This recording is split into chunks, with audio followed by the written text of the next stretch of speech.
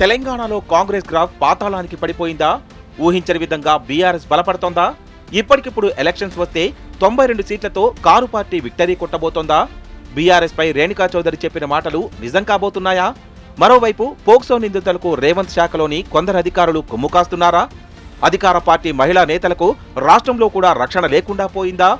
సొంత పార్టీ నేతలే రేవంత్ పాలనపై ఎందుకు సీరియస్ అవుతున్నారు? రాబోయే ఎన్నికల్లో కాంగ్రెస్ సింగిల్ డిజిట్కే పరిమితం కాబోతోందా? కేసీఆర్ రీఎంట్రీ ఊహించని విధంగా ఉండబోతోందా? కేసీఆర్ రాక కోసం తెలంగాణ సమాజం ఎదురు చూస్తోందా?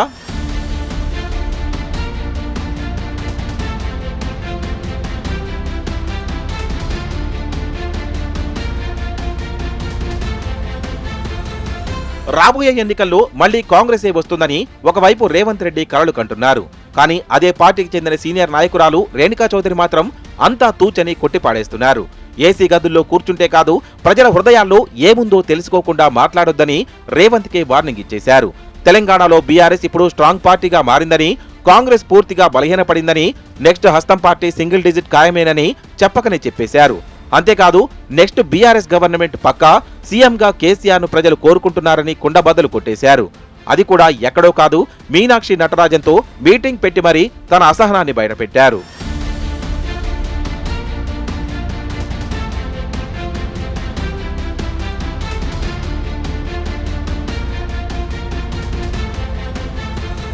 ఖమ్మం జిల్లాలో చక్రం తిప్పాలని చూస్తున్న రేణుకా చౌదరికి అక్కడ ఉన్న ముగ్గురు మంత్రులు అసలు అడుగు ముందుకు వెయ్యనివ్వడం లేదన్నది ఓపెన్ సీక్రెట్. రేవంత్ రెడ్డి ఇటీవల మదిర సభలో మాట్లాడి గంటలు గడవక ముందే రేణుకా చౌదరి రియాలిటీలో ఏం జరుగుతుందో చెప్పేశారు. ఇలా సొంత పార్టీ నేతలే కాంగ్రెస్ బలహీనపడిందని అంటున్నారంటే క్షేత్రస్థాయిలో పరిస్థితి ఎంత దారుణంగా ఉందో అర్థం చేసుకోవచ్చు.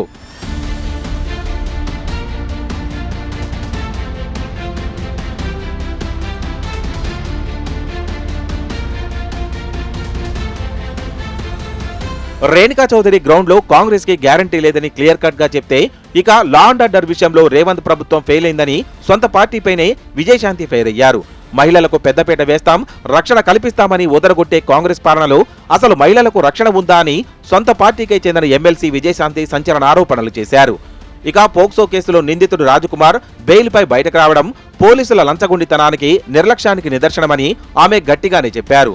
ఆ ఒక్క తప్పు వల్ల 6 అమాయకుల ప్రాణాలు పోయాయంటే దీనికి బాధ్యత ఎవరిది?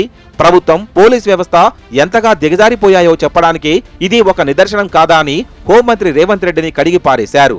అంతేకాదు, ఇచ్చిన హామీలను అమలు చేయడంలో కాంగ్రెస్ ఫెయిల్ అయిందని చెప్పకనే చెప్పేస్తున్నారు.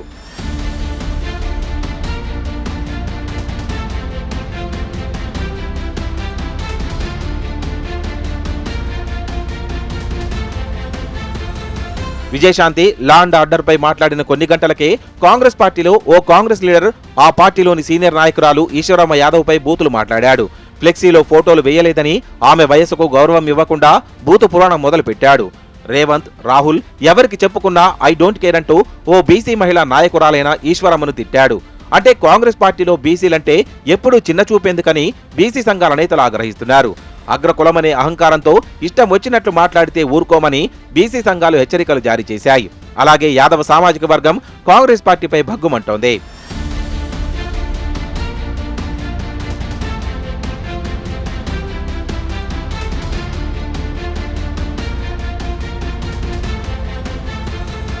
మొత్తంగా కాంగ్రెస్ పాలనతో తెలంగాణ రాష్ట్రం ప్రమాదంలో పడింది.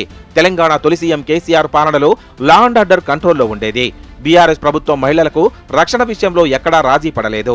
కానీ ఇప్పటి రేవంత్ రెడ్డి పాలనలో కాంగ్రెస్ పార్టీలోని మహిళలకే రక్షణ లేదని తాజాగా ఈశ్వరమ్మ యాదవ్ ఘటనలో తేలిపోయింది.